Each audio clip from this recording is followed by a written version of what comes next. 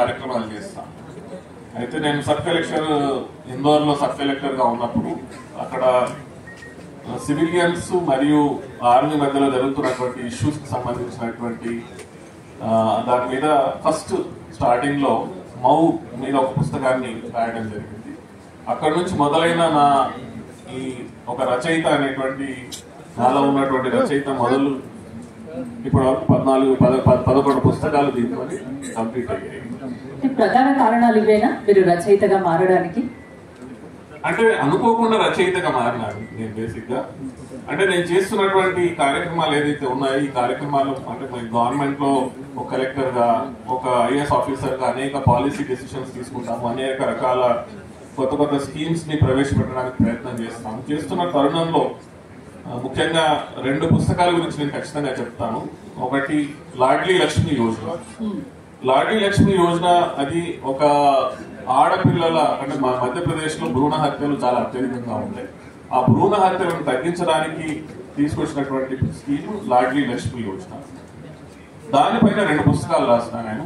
అదేవిధంగా ఇందోర్ సిటీని క్లీనెస్ట్ సిటీగా కన్వర్ట్ చేయడంలో నేను కలెక్టర్ ఇందోర్ గా ఉన్నప్పుడు చేసినటువంటి ప్రయత్నాలు అదొక గొప్ప నిర్ణయంగా మధ్యప్రదేశ్లోనే కాకుండా యావత్ భారతదేశంలో కన్వర్ట్ అయింది.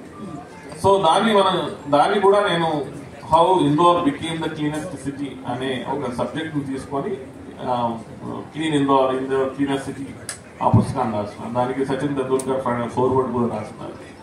సో ఇవే కాకుండా నేను కొన్ని సనాతన ధర్మానికి సంబంధించిన విషయాల మీద కూడా రాయడం జరిగింది.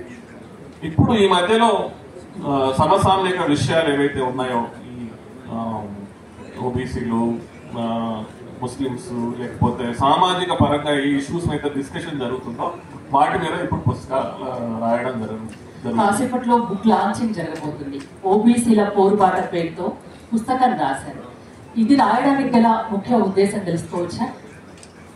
మనము చూసుకున్నట్టయితే ఇప్పుడు సమాజంలో ముఖ్యంగా భారతదేశ సమాజంలో మనది అత్యధికంగా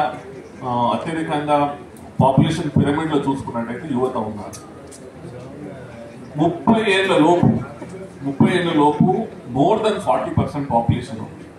అంటే 140 కోట్లు ఉన్నటువంటి మన పాపులేషన్ లో ఈరోజు సుమారు 60 కోట్ల నుంచి 70 కోట్ల వరకు యువత ఉన్నది. దీంట్లో మనం చూసుకున్నట్టయితే మొత్తం యావత్ భారతదేశంలో సుమారు 50 నుంచి 60% అలాగే డిఫరెంట్ స్టేట్స్ లో స్టాటిస్టిక్స్ తీసుకున్నట్టయితే ఓబీసీలు ఉన్నారు. ఇలాంటి ఓబీసీలు ఉన్నటువంటి భారతదేశంలో ఈ రోజు అసలు యువత అంటే ఓబీసీ యువత, బీసీ యువత, అదే విధంగా యువత ఏం ఆలోచిస్తున్నది? ఓబీసీలు 1989-90లో వచ్చినటువంటి మండల్ కమిషన్ తర్వాత ఒక 35 సంవత్సరాలు మనము చూసుకున్నట్టయితే 35 సంవత్సరాలు గడిచిపోయింది. ఈ 35 సంవత్సరాలలో మండల్ కమిషన్ ఇచ్చినటువంటి గవర్నమెంట్ సర్వీసెస్ లలో 27% రిజర్వేషన్ కానీ, ఎడ్యుకేషన్ ఇన్స్టిట్యూషన్స్ లో రిజర్వేషన్స్ కానీ ఒక ఎత్తు అయితే, ఆ తరువాత 35 సంవత్సరాలలో ఒక 2 జనరేషన్స్ ఏవైతే దాన్ని కొంతవరకు ఫలాలు పొందగలిగినాయో ఆ తరువాత ఇప్పుడు సరికొత్తగా ఓబీసీలు తమకు దక్కని వాటా ఏదైతే ఉందో, అంటే ముఖ్యంగా మనం చూసుకున్నట్టయితే ఆర్థిక సామాజికంగా కొంతవరకు ఎదిగినావిడ కానీ రాజకీయంగా మాత్రం ఏ విధంగానూ ప్రతిఫలాలు పొందలేకపోయినారు. సో ఈ రోజు యావత్ భారతదేశంలో ఓబీసీలు ముఖ్యంగా ఈ దక్కని వాటా ఏదైతే ఉందో, ఏ ఏరియాలో అయితే ఓబీసీలకి అన్యాయం జరుగుతుందో అనే విషయాలు ఉన్నాయో దాని మీద అత్యధికంగా యావత్ భారతదేశంలో చర్చ జరుగుతున్నది. అదే తెలంగాణలో చూసుకున్నట్టయితే మనకి తెలంగాణ చాలా రెవల్యూషన్స్ తీసుకొచ్చినటువంటి ఎన్నో రకాల పోరాటాలతో మనము చూసినటువంటి ప్రదేశం ఏదైతే ఉందో యావత్ భారత తెలంగాణలో మనం సాయుధ పోరాటం చూసినాము. ఆ తర్వాత కరీంనగర్ లాంటి ప్రాంతంలో అడ్వకేట్స్ పోరాటం చూసినాము. తెలంగాణ సెపరేట్ స్టేట్ హుడ్ కోసం జరిగినటువంటి పోరాటాలు చూసినాము. ముఖ్యంగా ఈ రోజు తెలంగాణ మొత్తం బీసీల మీద ఆలోచిస్తున్నది. బీసీలు ఏం చేయబోతున్నారు, బీసీలు ఎలా ఆలోచిస్తున్నారు, బీసీలకు దక్కని వాటా ఏదైతే ఉందో దాని మీద అత్యధికంగా దృష్టి పెట్టి మొత్తం ఇంటెలెక్చువల్ కమ్యూనిటీతో పాటు యువత కూడా దాని మీద ఆలోచిస్తున్నారు. అందుకని ఈ పుస్తకంలో అటు దక్షిణ భారతదేశం, ఇటు ఉత్తర భారతదేశం, నేను ఉత్తర భారతదేశంలో పనిచేస్తున్నా, దక్షిణ భారతదేశంలో నేను నా మూలాలు ఉన్నాయి కాబట్టి ఉత్తర దక్షిణ భారతదేశాల్లో ఏ విధంగా ఓబీసీలు ఆలోచిస్తున్నారు, వాళ్ళు ఎలాంటి ఆశలు ఆశయాలతోని కోరికలతోని ఒక పోరుబాట తరఫున అన్ని చోట్ల నుంచి మీరు కంటెంట్ సేకరించి రాశారు. నాకు ఇక్కడ ఒక చిన్న డౌట్ ఏంటంటే, మీరు సర్వీస్ లో ఉన్నారు, ఐఏఎస్ ఆఫీసర్ గా ఉన్నారు, అలాంటి మీరు ఓబీసీల పోరుబాట పేరుతో పుస్తకాలు రాయడం వల్ల కాంట్రవర్సీకి దారితీసే అవకాశం లేదా? నేను దానికంటే ఎక్కువగా నేను చెప్పేది ఏంటంటే, రాయకపోతే ఎక్కువ సమస్యలు జరిగేటట్టు కనిపిస్తున్నాయని నాకు అనిపిస్తున్నాయి. అంటే ఇలాంటి విషయాలు అసలు యాక్చువల్ గా ప్రజలకి కానీ, ప్రభుత్వాలకి కానీ, సివిల్ సొసైటీకి కానీ, సమాజానికి కానీ, ఇంటెలెక్చువల్స్ ఎవరు చెప్తారు?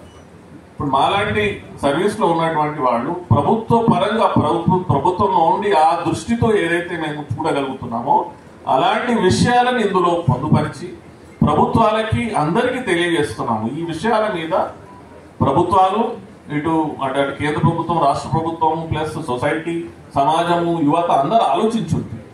ఈ విషయం మీద ఈ రోజు ఆలోచించకపోతే రేపు జరగబోయేటటువంటి పర్యవసనాలు ఎలా ఉన్నాయో అవి చాలా కష్టంగా ఉండేటట్టు కనిపిస్తున్నాయి.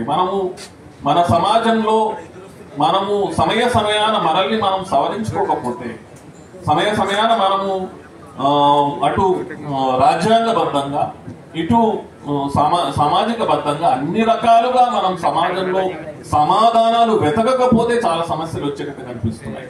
అందుకనే ఈ పుస్తకం రాయడం జరిగింది. డెఫినెట్లీ నాతో పాటు పృథ్వీరాజ్ సింగ్ చౌహాన్, పృథ్వీరాజ్ సింగ్ పర్మార్ అనేసి తను నాతో పాటు మేము ఒక టీమ్ గా తయారీ గత చాలా సంవత్సరాల నుంచి పనిచేస్తున్నాము. అండ్ ఇందులో ముఖ్యంగా నేను చెప్పేది ఏంటంటే, యూనివర్సిటీ ప్రొఫెసర్స్, నార్త్ ఇండియాలో సౌత్ ఇండియాకి సంబంధించిన యూనివర్సిటీ ప్రొఫెసర్స్ తోని చాలా కూలంకషంగా చర్చించడం జరిగింది, వాళ్ళ అభిప్రాయాలు తీసుకోవడం జరిగింది. నేను మళ్ళీ చెప్తున్నాను, ఒక డిసిషన్ ఏదైతే మండల్ కమిషన్ 89-90లో తీసుకోవడం జరిగిందో అది 35 సంవత్సరాలు దాటిపోయింది. ఈ 35 సంవత్సరాల్లో అది కొంతవరకు ఓబీసీలో ఉన్న పుండు మీద కొంతవరకు చల్లదనం తీసుకురావడం జరిగింది, కానీ పూర్తిగా ఆ పుండు తగ్గలేదు. ఇప్పుడు కొత్తగా ఇప్పుడు కేంద్ర ప్రభుత్వం ఒక గొప్ప నిర్ణయం తీసుకున్నది, అదేంటంటే జనగణనలో కులగణన. సో ఈ జనగణనలో కులగణన ఏదైతే నిర్ణయం తీసుకోవడం జరిగిందో ఆ నిర్ణయం చాలా ఇంపార్టెంట్ నిర్ణయంతో పాటు దానికి తోడుగా చాలా నిర్ణయాలు తీసుకోవాల్సిన అవసరం ముందు ఎలాంటి పరిణామాలు ఉంటాయనుకుంటున్నారు ఫ్యూచర్ లో జనగణనలో కులగణన ద్వారా? సో ఇది మనం 1931 తర్వాత కేంద్ర ప్రభుత్వం సెన్సస్ చేస్తున్నటువంటి తరుణంలో మొదటిసారి 1931 తర్వాత, అంటే సుమారు 100 సంవత్సరాల తర్వాత మళ్ళీ కులగణన చేయబోతున్నది. కులగణన ద్వారా ఇప్పుడు నేను ఒక ఐఏఎస్ ఆఫీసర్ గా పనిచేస్తున్నాను మధ్యప్రదేశ్లో మా దగ్గర సుమారు 48% ఓబీసీలు ఉన్నారు.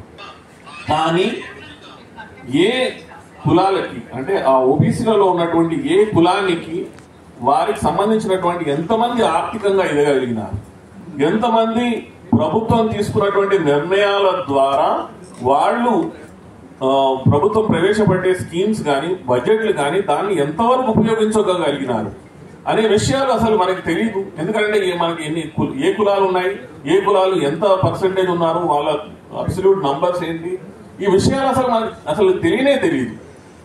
అంటే మన దగ్గర ఇన్ఫర్మేషన్ లేనప్పుడు మనం ఎలాంటి నిర్ణయాలు తీసుకుంటాం, ఎలాంటి పాలసీ నిర్ణయాలు తీసుకుంటాం, ఎలాంటి ప్రభుత్వ పరంగా మనం ఏదైతే రిజర్వేషన్లు ఇతరత్ర నిర్ణయాలు ఏవైతే తీసుకుంటామో డేటా లేకుండా ఎలా నిర్ణయాలు తీసుకుంటాం. అందుకని మొదటిసారి ఈ కులగణన ద్వారా మన ముందుకి డేటా రాబోతుంది. ఆ డేటా ద్వారా మంచి పరిణామంగా మనం చూడొచ్చు. ఖచ్చితంగా ఇది చాలా అద్భుతమైనటువంటి స్వాగత యోగ్యమైనటువంటి పరిణామం మనం కేంద్ర ప్రభుత్వం తీసుకున్నది. అది 26-27లో మన న్యూస్ లో వచ్చినట్టు